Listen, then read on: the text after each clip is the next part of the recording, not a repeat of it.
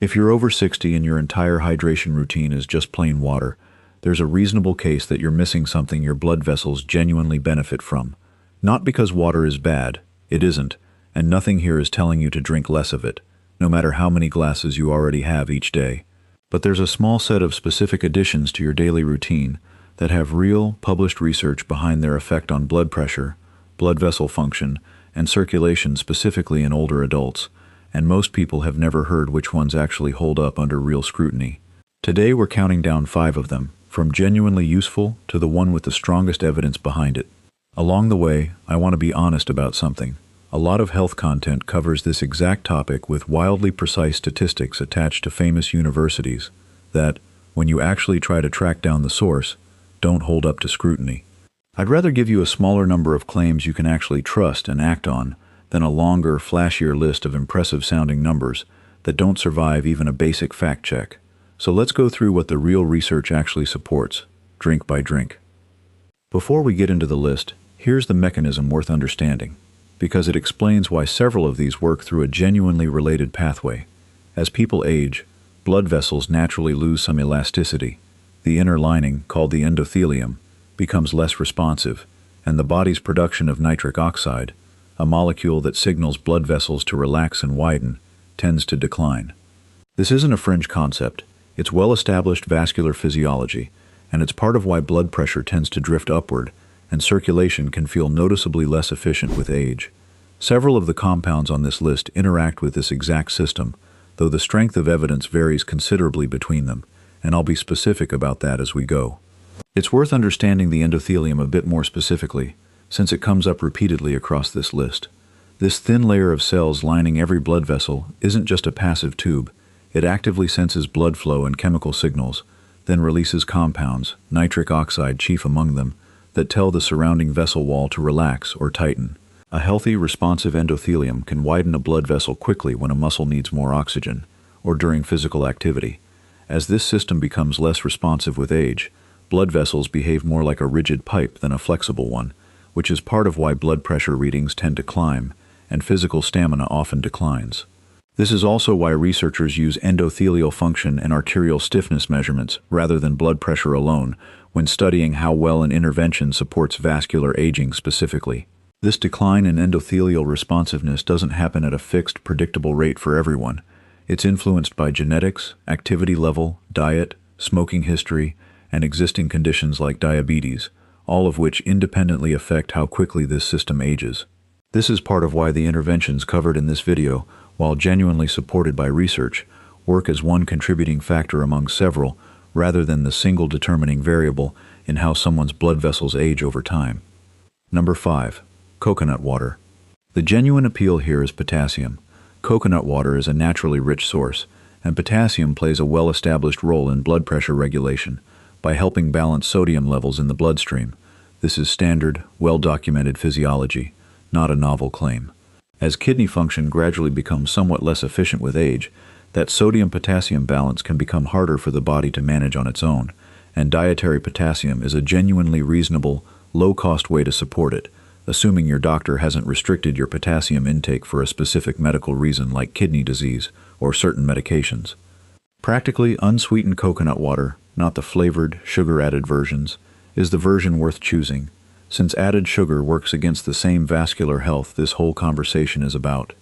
There's an important caution specific to this one that's worth stating plainly, since it doesn't apply equally to everyone reading this. People taking certain blood pressure medications, particularly potassium-sparing diuretics or ACE inhibitors, along with anyone with diagnosed kidney disease, need to be genuinely careful about potassium intake from any source, coconut water included, since these conditions and medications can already elevate blood potassium levels, and adding a concentrated dietary source on top of that can push levels into a range that affects heart rhythm. This isn't a reason to avoid coconut water broadly.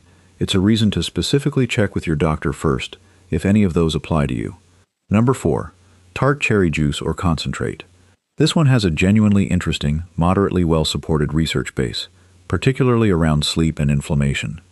Tart cherries contain natural melatonin along with anthocyanins, plant compounds with antioxidant and anti-inflammatory properties.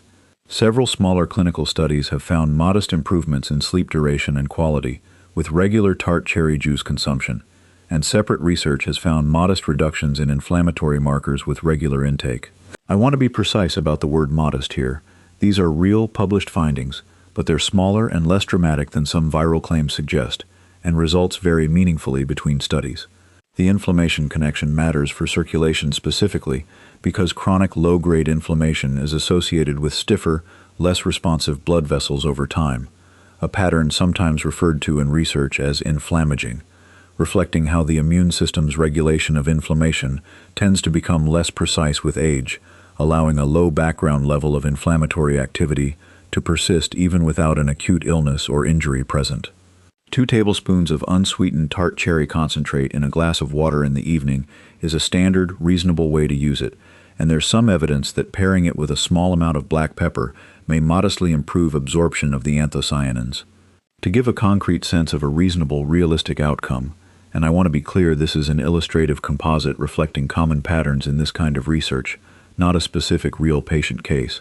Consider someone in their early 70s, dealing with mild joint discomfort, inconsistent sleep, and borderline elevated blood pressure. A consistent evening tart cherry routine alongside good sleep hygiene might reasonably be expected, based on the modest effect sizes shown in actual research, to produce a small improvement in sleep quality and a modest reduction in inflammatory markers over several weeks.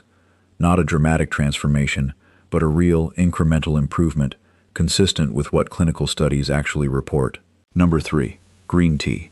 Green tea's most studied vascular compound is EGG, a catechin that has been genuinely linked in research to supporting healthy blood vessel function, including some evidence for improved arterial flexibility and modestly reduced cognitive decline risk, with regular long-term consumption. This is one of the better researched entries on this list, though effect sizes are generally modest rather than dramatic. Brewing temperature does genuinely matter for catechin content.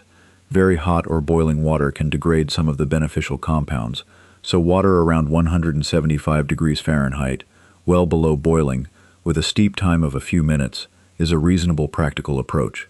Adding a squeeze of lemon has some research support for improving catechin stability and absorption. It's worth understanding why arterial stiffness specifically, rather than blood pressure alone, is such a common measurement in this area of research. A blood pressure reading is a single snapshot, whereas arterial stiffness, often measured through pulse wave velocity, captures the underlying structural health of the blood vessel itself, essentially how quickly a pressure wave travels through the artery, which increases as vessels become stiffer and less elastic with age. This measurement can detect meaningful vascular changes before blood pressure itself has climbed into a clearly abnormal range, making it a genuinely useful early marker for tracking how well an intervention, whether medication, exercise, or a dietary compound like EGG, supports long-term vascular health rather than just producing a temporary blood pressure dip. Research studies on green tea's vascular effects generally use amounts equivalent to 3 to 5 cups daily, consumed consistently over weeks to months. Worth checking with your doctor about caffeine intake, if you're sensitive to it, or take interacting medications. Number 2. Hibiscus tea. This is one of the more solidly evidenced items on this list, specifically for blood pressure. Multiple clinical trials have found that regular hibiscus tea consumption, generally around 2 to 3 cups daily, produces a real, measurable reduction in systolic blood pressure in adults with mildly elevated readings, genuinely comparable in some studies to the effect size of certain first-line blood pressure medications, though through a food-based mechanism rather than a pharmaceutical one. Hibiscus contains anthocyanins and organic acids, thought to have a mild ACE inhibitor-like effect, similar in mechanism, though considerably milder in magnitude, to a major class of prescription blood pressure medication. This is precisely why hibiscus deserves a genuine caution rather than being treated as a harmless herbal tea. If you're already on blood pressure medication, adding a compound with a real, measurable blood pressure-lowering effect is exactly the kind of thing worth discussing with your doctor first, since the combined effect could push blood pressure lower than intended. To prepare it, 2 to 3 tablespoons of dried hibiscus flowers steeped in hot water for 5 to 7 minutes, without added sugar, is the standard approach. Hibiscus has actually been studied in randomized controlled trials, the gold standard of clinical evidence, multiple times across different research groups, with reasonably consistent findings, which is part of why it's treated with more confidence in this list than some other entries, even though the effect size, while real, is still considerably smaller than a prescribed medication would typically achieve. It's also worth mentioning a practical detail people often overlook. Hibiscus tea has a notably tart, almost cranberry-like flavor that some people find genuinely enjoyable and others find too sharp without some sweetening. If taste is a barrier to consistent daily use, a small amount of honey or blending it with a milder herbal tea is a reasonable way to make the habit sustainable, since consistency over weeks is what the research actually reflects, not an occasional cup here and there. Number 1. Beetroot juice or powder. Of everything on this list, beetroot has the strongest, most consistently replicated evidence, specifically because of dietary nitrates. Beets are one of the richest food sources of nitrates, which the body converts, first through oral bacteria, and then through further processing in the blood, into nitric oxide, the same molecule mentioned earlier that signals blood vessels to relax and widen. This is one of the more robust findings in exercise and vascular physiology research, studied extensively in both athletic and older adult populations. Research has fairly consistently found that beetroot supplementation can modestly improve exercise endurance and reduce the oxygen cost of physical activity across multiple independent research groups. There's also research examining arterial stiffness and blood pressure in older adults, generally finding modest but real improvements with regular beetroot nitrate intake over several weeks. Nitric oxide production is known to decline meaningfully with age, which is part of why this specific intervention has drawn particular research interest in older populations. Here's a detail that surprises a lot of people. Converting dietary nitrate into nitric oxide requires a specific population of bacteria living on the back of your tongue as an intermediate step. Using strong antibacterial mouthwash right around the time you consume beetroot can measurably blunt this entire pathway by reducing that oral bacteria population. Worth knowing if you use one regularly, though it's a minor consideration relative to the overall value of the nitrate itself. There's also a practical note worth mentioning about who tends to respond most noticeably to beetroot's nitrate content. Some research suggests that people starting from a lower baseline of nitric oxide production, which often includes older adults and those with less regular physical activity, tend to show more pronounced relative improvements than younger, already highly active individuals, whose nitric oxide production may already be well supported through regular exercise. This doesn't mean beetroot won't help an already active older adult, but it may partly explain why this specific intervention has drawn so much research interest in aging populations specifically, rather than being marketed primarily to athletes, which was actually its original research context decades ago. For preparation, juicing fresh beets and diluting with water, or using an unsweetened beetroot powder, both work. Powder is generally more practical for consistent daily use, since fresh beet juicing requires more equipment and preparation time than most people are willing to sustain daily over the many weeks these studies suggest are needed to see a benefit. Timing matters somewhat, since it takes time to convert dietary nitrates into active nitric oxide, consuming it roughly 60 to 90 minutes before physical activity allows time for that conversion. Pairing beetroot with a source of vitamin C, such as citrus or bell pepper, has some research support for stabilizing the resulting nitric oxide and extending its effect, a reasonable, low-cost combination worth trying. One genuinely useful practical note: beetroot can turn urine and sometimes stool a reddish color in some people, a harmless, well-documented phenomenon called beeturia, the pigment, not a sign of bleeding, though if you're ever uncertain, check with a doctor. A few practical questions worth addressing directly. Can these 5 be combined into one routine? There's no research testing all 5 together, but no obvious reason they'd conflict, since they work through different mechanisms: nitrates, catechins, anthocyanins, and potassium. A more sustainable approach for most people is choosing 1 or 2 aligned with your specific goals, rather than trying all 5 at once, since consistency with a smaller number tends to matter more than variety for actually sustaining the habit over the weeks needed to see a benefit. How long before you'd notice anything? Most studies measuring blood pressure or arterial stiffness improvements used consistent daily intake over 4 to 12 weeks before measuring results. This is not a same-day effect for any of these, with the possible exception of beetroot's impact on exercise capacity, which can appear within hours for that specific benefit. Does fresh versus powdered or bottled matter? The active nitrate, catechin, or anthocyanin content is the key variable, not the specific form, though added sugar or heavy processing in bottled versions can reduce beneficial compound content. Reading labels matters, especially for bottled hibiscus and green tea drinks, which are frequently sweetened in ways that work directly against the vascular benefit being sought. I want to bring this together honestly, because it matters more than any individual item on this list. None of these 5 drinks are miracle cures, and none should replace medication, medical monitoring, or a conversation with your doctor about your specific blood pressure or vascular health. What the genuine research supports is more modest and more believable than viral claims suggest. Dietary nitrates from beetroot have real, replicated evidence for supporting vascular function and exercise capacity. Hibiscus tea has real, if smaller than medication, evidence for blood pressure reduction, with a genuine interaction risk worth discussing with your doctor if you're already medicated. Green tea catechins have reasonable, developing evidence for vascular and cognitive support. Tart cherry has modest, genuine evidence for sleep and inflammation. Coconut water offers a reasonable, food-based source of potassium relevant to blood pressure regulation, though one that requires real caution for anyone on potassium-affecting medications or managing kidney disease. If you're on blood pressure medication, take diuretics, have kidney disease, or take medications affected by potassium levels. Several of these, particularly hibiscus and high-potassium options like coconut water, are worth discussing with your doctor before making them a daily habit, since their real physiological effects can interact meaningfully with existing treatment.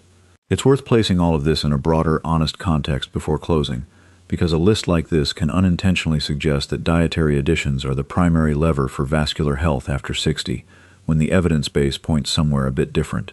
Regular physical activity, appropriate for your fitness level, and cleared by your doctor, has a substantially larger and more consistently documented effect on vascular health and blood pressure than any single dietary addition, including everything covered here.